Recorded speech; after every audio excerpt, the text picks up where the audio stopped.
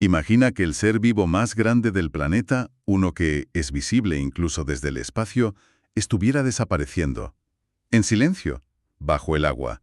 No, no es el guión de una película, es la realidad de nuestros arrecifes de coral.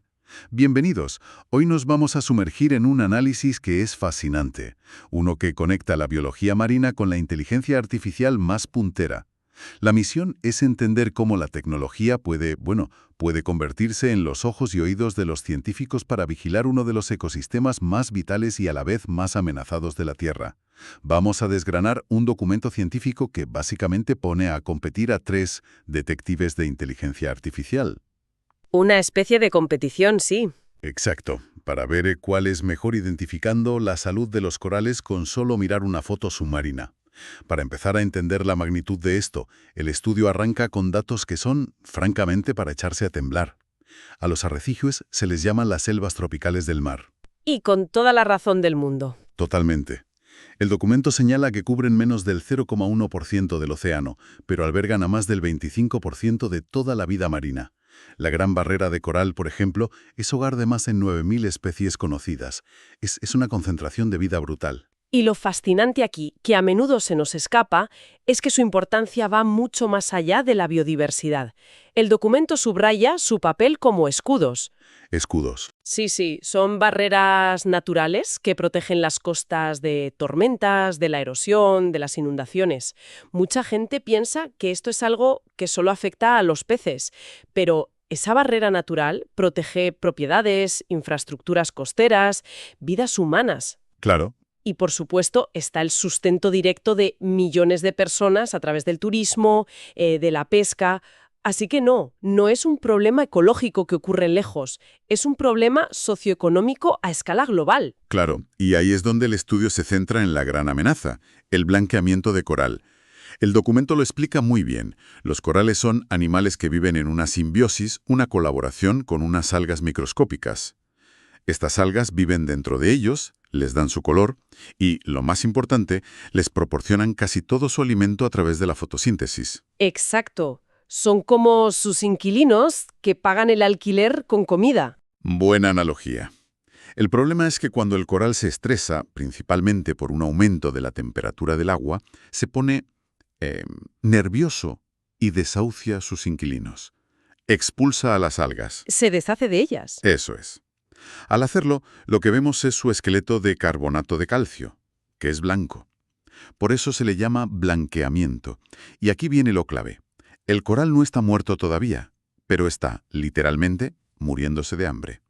Y es extremadamente vulnerable a cualquier enfermedad. Y las causas que cita el estudio son, tristemente, una lista de nuestros mayores fracasos ambientales.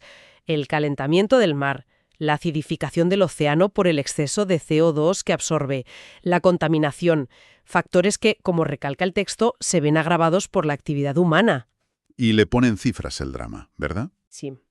Y para ponerle cifras, el estudio cita una estadística que es difícil de asimilar.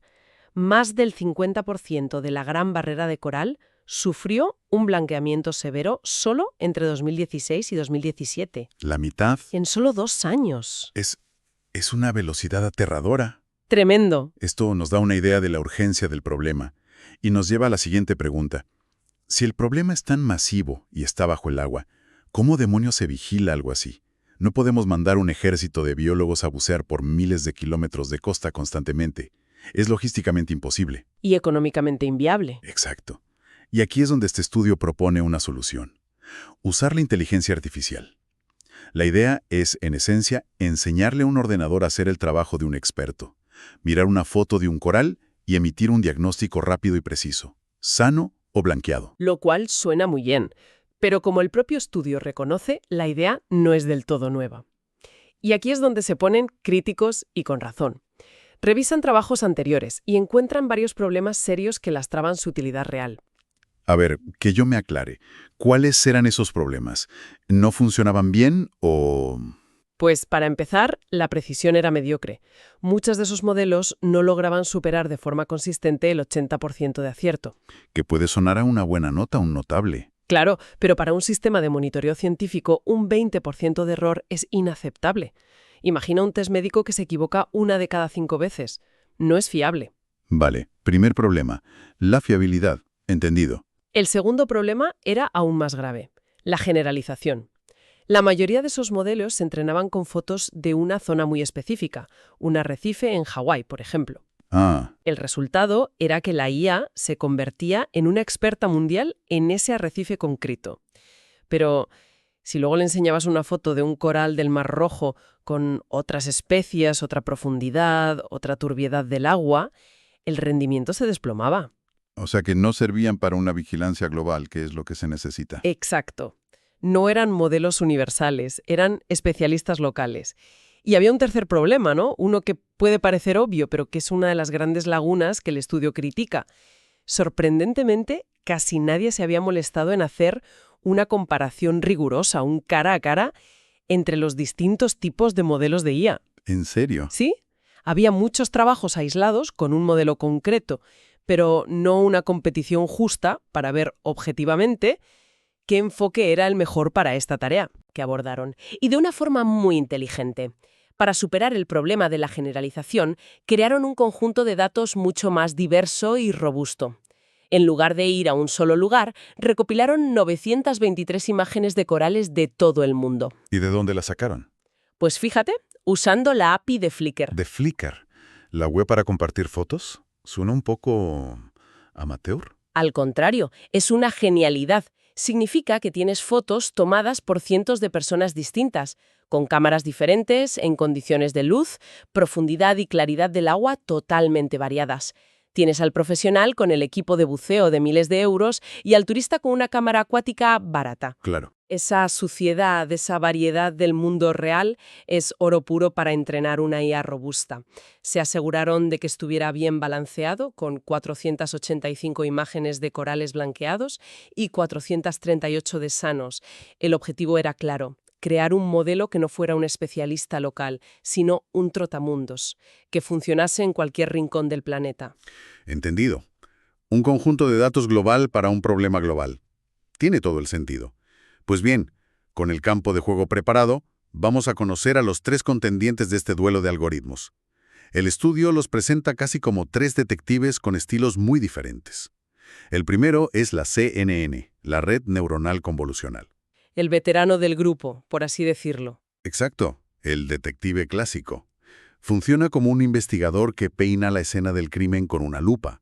Analiza la imagen por pequeñas porciones buscando pistas básicas como bordes, colores, texturas, y poco a poco en capas sucesivas va uniendo esas pistas para formar conceptos más complejos, hasta que puede dar un veredicto. ¿Esto es un coral sano o esto es un coral blanqueado? Un enfoque muy probado y tremendamente eficiente para el reconocimiento de patrones visuales. Está diseñado específicamente para eso. Luego tenemos al segundo competidor, ResNet, una red neuronal residual. Este sería la versión mejorada del detective clásico. Es una red mucho más profunda, con cientos de capas de análisis, lo que le permite captar detalles increíblemente sutiles. Su truco para no perderse en ese laberinto de información es que usa atajos, como si el detective, mientras analiza una nueva pista, pudiera echar un vistazo rápido a sus notas de hace 10 pistas para no perder el hilo general. Sí, pero, como señala el estudio, esa profundidad tiene un coste. Necesita mucha más potencia de cálculo y memoria. Y corre un riesgo que en IA llamamos sobreajuste o sobreaprendizaje. Sobreaprendizaje. Es decir, en lugar de aprender las reglas generales de cómo se ve un coral enfermo, se memoriza las fotos exactas del entrenamiento. Es como un estudiante que se aprende el examen de memoria pero no entiende la materia, así que suspende cuando le cambias un poco las preguntas. Vale, entendido. Y llegamos al tercer contendiente, el más moderno y del que todo el mundo habla, el VIT, o Vision Transformer. Este es el estratega revolucionario. El nuevo de la oficina. Eso es. A diferencia de los otros, no va con una lupa. Lo que hace es dividir la imagen en un mosaico, como las piezas de un puzzle, y en lugar de analizar cada pieza por separado, analiza la relación entre todas las piezas a la vez. Intenta entender el contexto global desde el primer momento. Sí, es un enfoque teóricamente muy potente porque capta relaciones a larga distancia en la imagen, algo que a las CNNs les cuesta más. Pero tiene un talón de Aquiles enorme, y es que necesita una cantidad de datos gigantesca para aprender. No tiene los conocimientos previos que una CNN tiene por defecto sobre cómo funcionan las imágenes. En plan, que los píxeles cercanos están relacionados. El bit tiene que aprenderlo todo desde cero. Es revolucionario, sí, pero con un apetito por los datos que es casi insaciable. Y esa es su gran debilidad en un caso como este. Vale, la mesa está servida. Tenemos al detective clásico, eficiente y probado, al detective profundo y meticuloso, pero con riesgo de perderse, y al estratega revolucionario, potente pero muy exigente.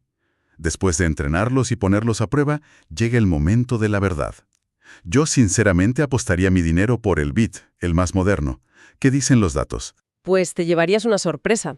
El estudio presenta los resultados de forma muy clara en su tabla 1, y el ganador, por un margen claro, fue el detective clásico, la CNN, con un impresionante 88% de precisión. En serio, la tecnología más antigua de las tres. ¿Cómo es posible? Es un resultado muy sólido. Y tiene mucho sentido si lo pensamos bien. La CNN es una especialista en lo que se le pedía: reconocer patrones espaciales locales, como la textura rugosa y el color blanquecino de un coral enfermo. Es su punto fuerte por diseño. ¿Y los otros? ResNet 50 quedó muy cerca, en segundo puesto, con un 86%, demostrando que su enfoque profundo también es muy efectivo. Y el bit, como sospechábamos, se quedó en un decepcionante 64%. Vaya. El conjunto de datos, aunque diverso, era de apenas 900 imágenes. Para un transformer eso es como intentar aprender un idioma leyendo un folleto. No tuvo suficientes ejemplos para desarrollar su potencial. O sea que no siempre lo más nuevo es lo mejor. A veces se trata de elegir la herramienta adecuada para el trabajo que tienes en manos y los recursos de los que dispones. Exactamente. ¿Pero hay más? Un 88% de precisión es un buen titular. Pero en ciencia siempre hay que preguntarse por el 12% restante. ¿Qué tipo de errores comete el modelo? Ahí es donde se esconde la información más interesante, y las matrices de confusión del estudio nos dan una pista fascinante. Las matrices de confusión. Suena complicado. Es solo un gráfico que muestra los aciertos y los errores, y lo que revela es que los tres modelos, incluido el ganador, son consistentemente mejores identificando los corales blanqueados que los corales sanos. Espera, ¿cómo? Sí. Por ejemplo, la CNN identificó correctamente casi todos los corales blanqueados de la muestra de prueba, pero se equivocó más a menudo con los sanos. A ver si lo entiendo. ¿Es más fácil para la IA diagnosticar la enfermedad que la salud? ¡Qué paradójico! Lo es, pero tiene una explicación visual muy lógica. El blanco puro y uniforme de un coral estresado es una señal visual muy fuerte y clara. Es inequívoca. En cambio, un coral sano puede tener una variedad casi infinita de colores, formas y texturas. Hay corales sanos que son marrones, verdes, azules, incluso pálidos. Esa diversidad confunde más a la IA. El estado de enfermedad, en este caso, es visualmente más simple. Y las fotos de ejemplo que muestra el estudio lo confirman, ¿verdad? Recuerdo ver las figuras con los aciertos y los fallos. Totalmente. Los aciertos suelen ser en imágenes de libro de texto, claras, bien iluminadas, con el coral en primer plano.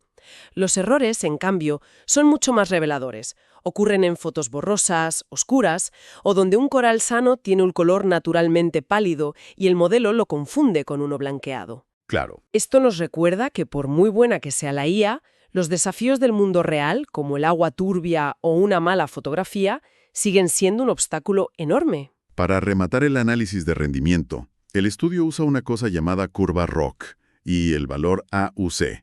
Explícanos esto de forma sencilla. Imagina que es la nota final del examen. El valor AUC mide la capacidad global de un modelo para distinguir entre las dos clases. Un 1 sería una puntuación perfecta y un 0,5 sería como lanzar una moneda al aire. Vale. Los resultados confirman lo que hemos visto. La CNN obtiene la nota más alta, un 0,96. ResNet le pisa los talones con un 0,95 y el bit se queda muy atrás con un 0,75. Esto no solo confirma que la CNN es la más precisa, sino también la más fiable y robusta a la hora de tomar la decisión correcta. Bien, creo que tenemos una imagen muy completa. Si tuviéramos que destilar las ideas clave de todo este análisis, la primera para mí es casi una paradoja. Para resolver un problema biológico masivo, a veces, la solución tecnológica no es la más nueva o la más compleja, sino la más adecuada para el problema. La vieja CNN le ganó la partida al moderno Transformer. Exacto.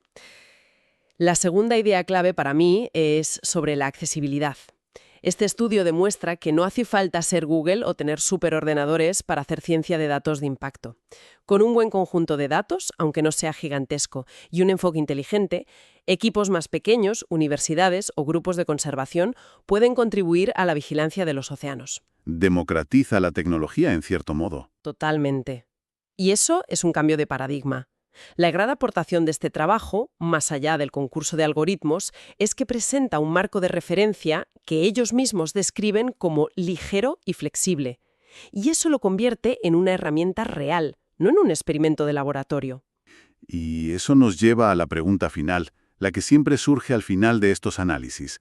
Ya tenemos la herramienta, funciona bien, ¿y ahora qué? Justo. ¿Cuál es el siguiente paso lógico? Pues aquí es donde se pone verdaderamente interesante. Todo este trabajo se centra en clasificar corales en dos cajas, sanos o blanqueados. Es una foto fija del problema, un diagnóstico de algo que ya ha ocurrido. Exacto. Pero, ¿y si la IA pudiera ir un paso por delante? Podría no solo detectar el problema, sino llegar a predecir qué arrecifes son más vulnerables antes de que se blanqueen. ¿Como un sistema de alerta temprana? Exactamente. ¿Podría una IA entrenada con suficientes datos aprender a identificar cambios sutilísimos de color, de textura en la superficie del coral o incluso en el comportamiento de esas algas simbióticas? Cambios que son completamente invisibles para el ojo humano, pero que son el preludio de un evento de blanqueamiento masivo. Uf, En definitiva, y esta es la idea para reflexionar, ¿podría la tecnología pasar de ser un simple observador a convertirse en un verdadero sistema de alerta temprana para nuestros océanos? Ahí está el verdadero potencial. una pregunta que lo cambia todo. Gracias por acompañarnos en este análisis en profundidad.